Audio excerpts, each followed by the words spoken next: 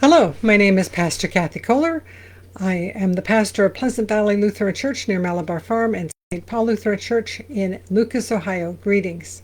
We are reading through the Bible with commentary.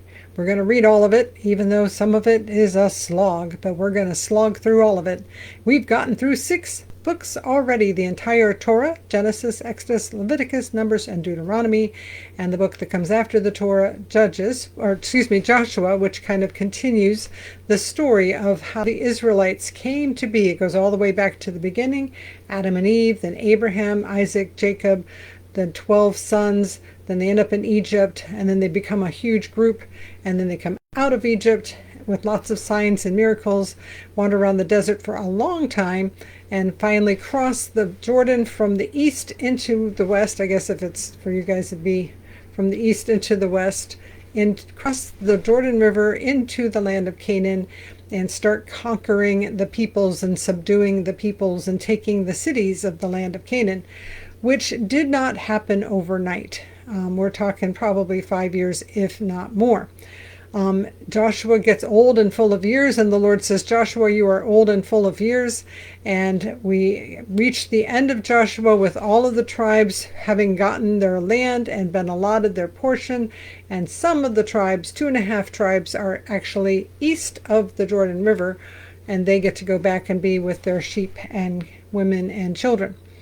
So now we are into the book of Judges, which is sort of an in-between between this strong leader Moses and then Joshua, and then eventually we will get to Kings, which will start with Saul and David and Solomon.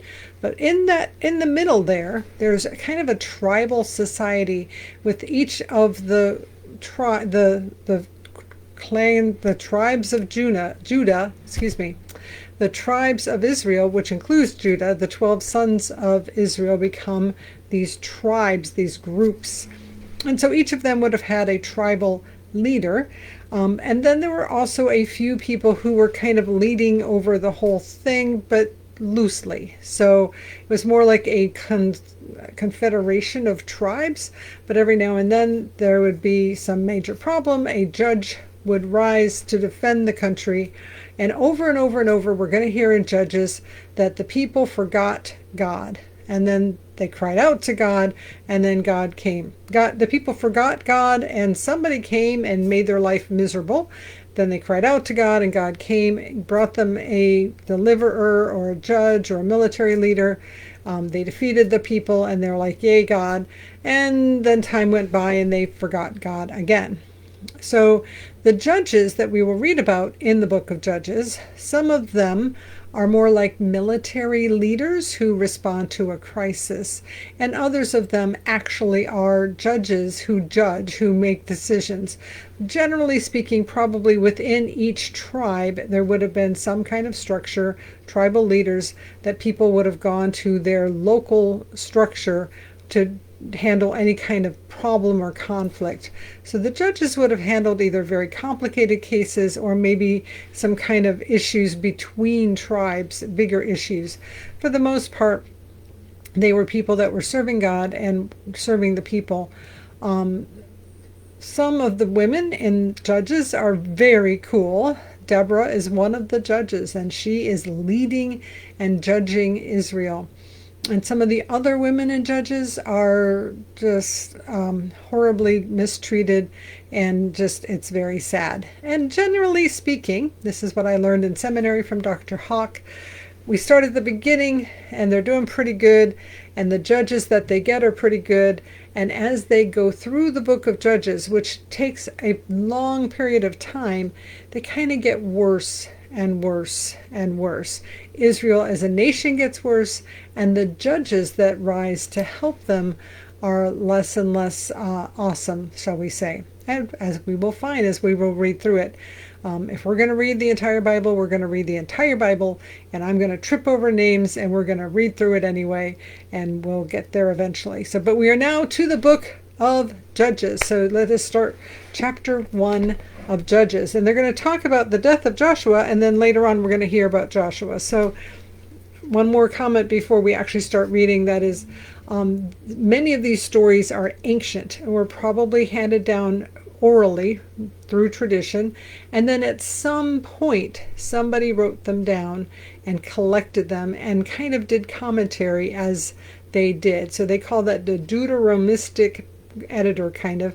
So the people that wrote Deuteronomy also would have consolidated the book of Judges and taken these oral histories and put them together into a book with kind of intros and comments that people fell away from God. That's why this happened. So God raised up a judge, and that's who this was, and to kind of sew it all together. But that would have happened much later than the stories that are told. So the stories that are told happened before the kings. Then we had Saul, king, and Solomon, and then eventually the Israelites are going to go into exile, and probably during the Babylonian exile is when many of these books were written down, but they would have been an oral tradition of these stories much longer. So some of it's all of that to say, we start out with the word after the death of Joshua, and then we'll also hear about Joshua. So they weave together. They're not necessarily perfectly chronological. Chapter 1. After the death of Joshua, the Israelites inquired of the Lord, "Who shall go up first for us against the Canaanites to fight against them?" The Lord said, "Judah shall go up. I hereby give the land into his hand." Judah said to his brother Simeon, now Judah is a tribe of thousands of people, and Simeon is also a tribe of thousands of people, "Come up with me into the territory allotted to me, that we may go fight against the Canaanites. Then I too will go with you into the territory allotted to you." So Simeon went with him. Then Judah went up, and the Lord gave the Canaanites and the Perizzites into their hand, and they defeated 10,000 of them at Bezek. They came upon Adonibezek at Bezek, and fought against him, and defeated the Canaanites and the Perizzites. Adonibezek fled, but they pursued him, and caught him, and cut off his thumbs and big toes. Adonibezek said, 70 kings with their thumbs and big toes cut off used to pick up scraps under my table as I have done, so God has paid me back. They brought him to Jerusalem, and he died there. So apparently this was a thing that they did when they defeated other peoples, and he said he had defeated 70 other kings or leaders of some sort and cut off their thumbs and big toes. You can't really walk without a big toe, and it's really, how are you going to pick up scraps without a thumb? It's not easy. So they did the same thing to him. Verse 8. Then the people of Judah fought against Jerusalem and took it. They put it to the sword and set the city on fire.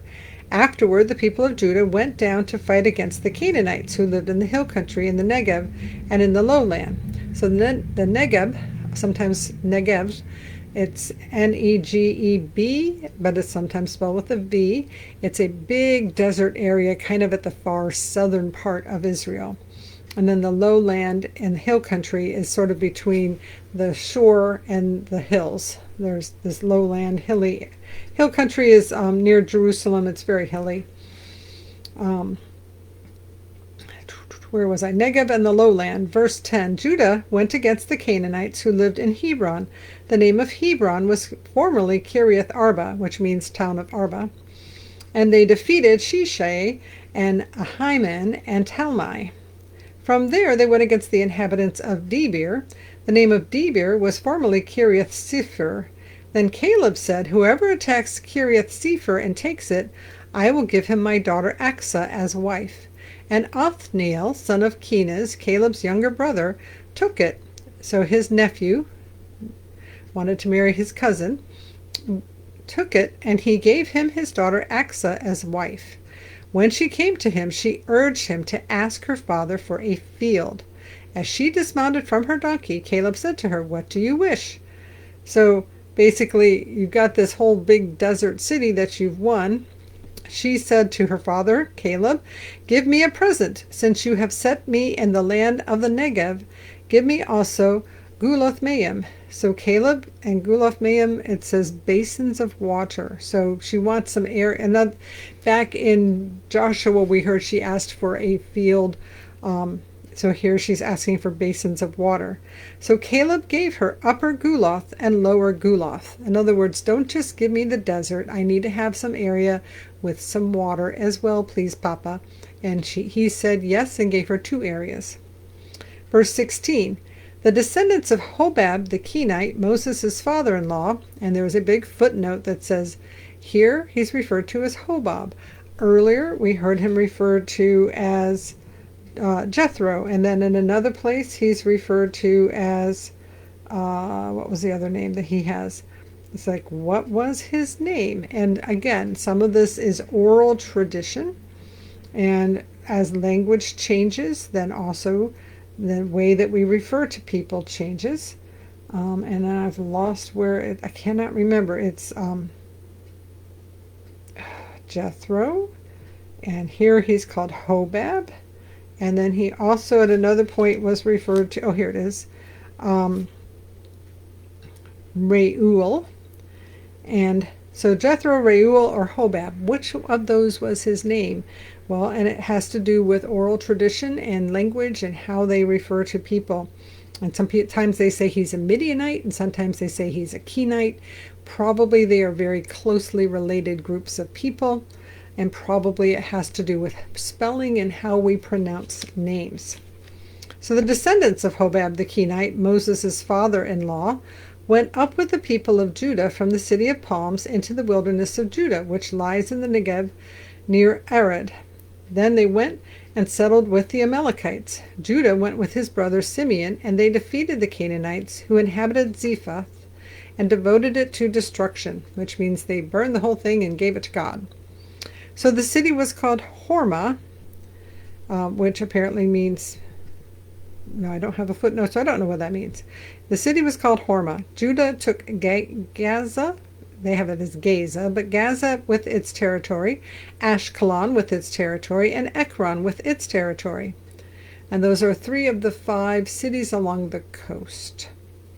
The Lord was with Judah, and he took possession of the hill country, but could not drive out the inhabitants of the plain, because they had chariots of iron. Commentary says this is actually not really during the Iron Age, so it's more like the chariots were wooden and maybe had some iron pieces, but that it was written during the Iron Age. And so this is their way of saying they had chariots, they had better technology than the Israelites did. At any rate, they had chariots. Hebron was given to Caleb, as Moses had said, and he drove out from it the 3 sons of Anak. But the Benjaminites did not drive out the Jebusites who lived in Jerusalem. So the Jebusites have lived in Jerusalem along the Benjaminites to this day. Verse 22, the house of Joseph also went up against Bethel, and the Lord was with them. The house of Joseph sent out spies to Bethel. The name of the city was formerly Luz. And again, there was a footnote about Luz means deception. And Hebron became one of the cities of refuge or sanctuary cities. When the spies saw a man coming out of the city, they said to him, "Show us the way into the city, and we will deal kindly with you." So he showed them the way into the city. And they put the city to the sword, but they let the man and all his family go. So the man went to the land of the Hittites and built a city and named it Luz, which means deception, and that is its name to this day. Verse 27, Manasseh did not drive out the inhabitants of Bethshean and its villages, or Taanach and its villages, or the inhabitants of Dor and its villages, or the inhabitants of Ibleam and its villages, or the inhabitants of Megiddo and its villages. But the Canaanites continued to live in that land. When Israel grew strong, they put the Canaanites to forced labor, but did not, in fact, drive them out. So this is listing different peoples and towns and cities that did not get wiped out, destroyed, or completely subjugated. Verse 29, and Ephraim did not drive out the Canaanites who lived in Gezer, but the Canaanites lived among them in Gezer. Verse 30, Zebulun did not drive out the inhabitants of Kitron, or the inhabitants of Nahalal, but the Canaanites lived among them and became subject to forced labor. Asher did not drive out the inhabitants of Akko, or the inhabitants of Sidon, or of Ahlab, or Achzib, or of Helba, or Aphik, or Rehob, but the Asherites lived among the Canaanites, the inhabitants of the land, for they did not drive them out. Verse 33, Naphtali did not drive out the inhabitants of Bethshemesh, or the inhabitants of Beth-Anath, but lived among the Canaanites, the inhabitants of the land.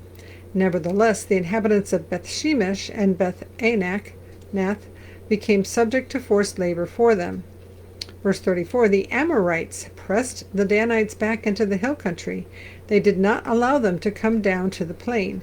The Amorites continued to live in Harheres, in Ajalon, and in Shaalbim, but the hand of the house of Joseph rested heavily on them, and they became subject to forced labor. The border of the Amorites ran from the ascent of Akrabim, from Selah and upward. So chapter 1 was all about how they didn't take all of the cities, they did not defeat all of the people. Chapter 2.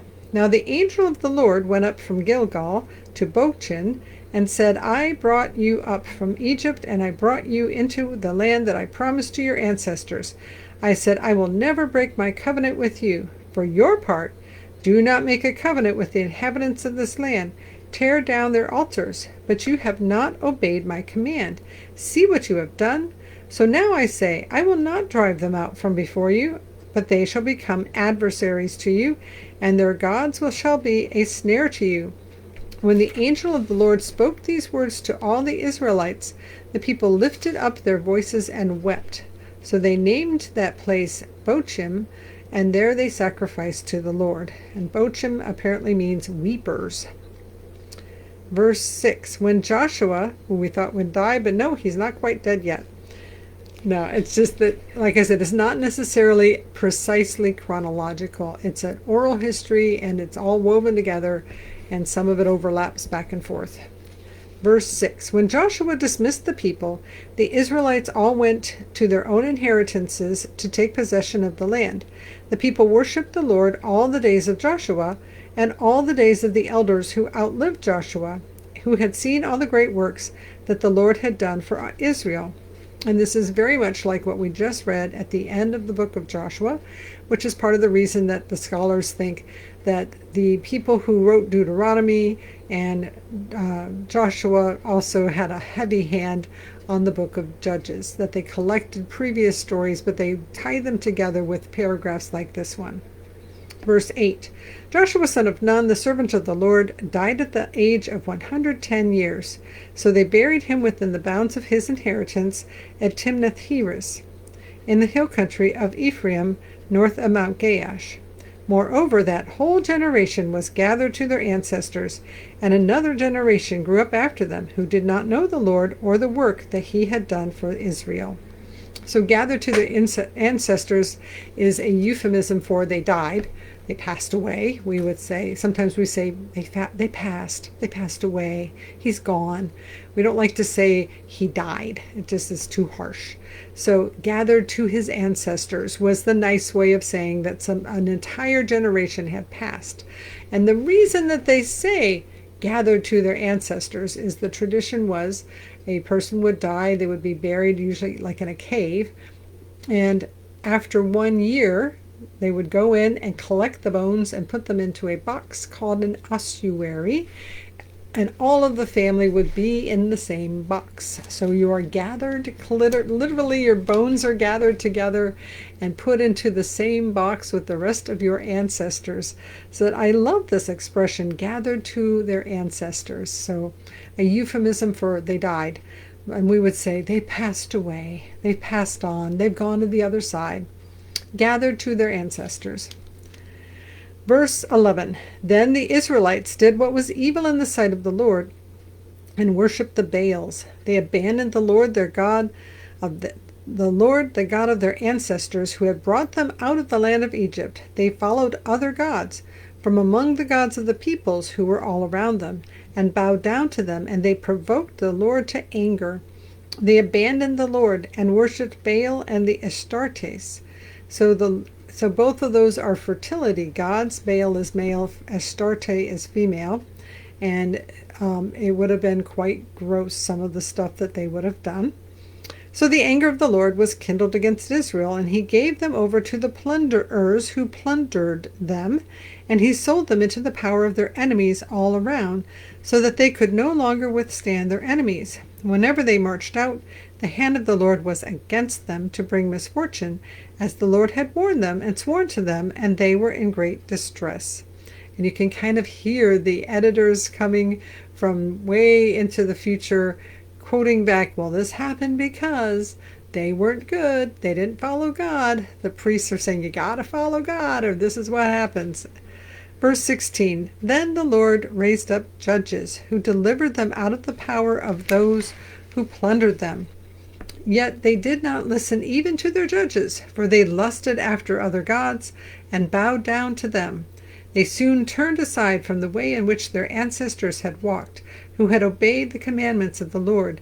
They did not follow their example. Whenever the Lord raised up judges for them, the Lord was with the judge, and he delivered them from the hand of their enemies all the days of the judge.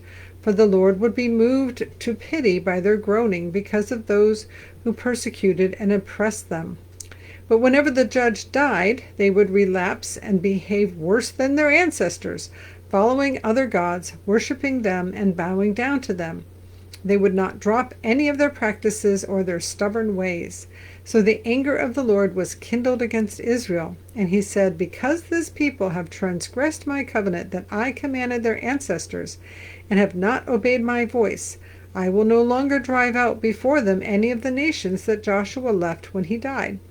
In order to test Israel, whether or not they would take care to walk in the way of the Lord as their ancestors did, the Lord had left those nations, not driving them out at once, and had not handed them over to Joshua.